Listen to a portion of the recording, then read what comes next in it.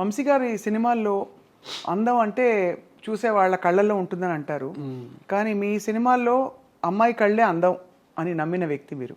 ఎందుకు సార్ కళ్ళతో మీకుండే అనుబంధం? తెలియదండి, అలాంటి కళ్ళని మొట్టమొదటి చూసానేమో. అలాంటి కళ్ళు నేను మొట్టమొదట మా ఊళ్ళో చూశానండి. ఒక మనిషి హాస్పిటల్లో నర్సు, ఆ మనిషిని నేను రెగ్యులర్గా చూస్తూ ఉండేవాడిని, అంతే చూడడమే. నాకంటే పెద్ద ఆవిడ.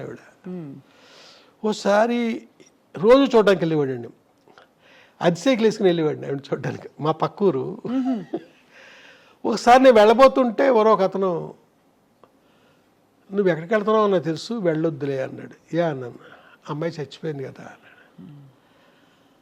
ఆ తర్వాత డల్ అయిపోయింది. నేను మళ్ళీ అలాంటి అమ్మాయిని మద్రాసులో మళ్ళీ చూశానండి. ఆ అమ్మాయే మీ హీరోయినా?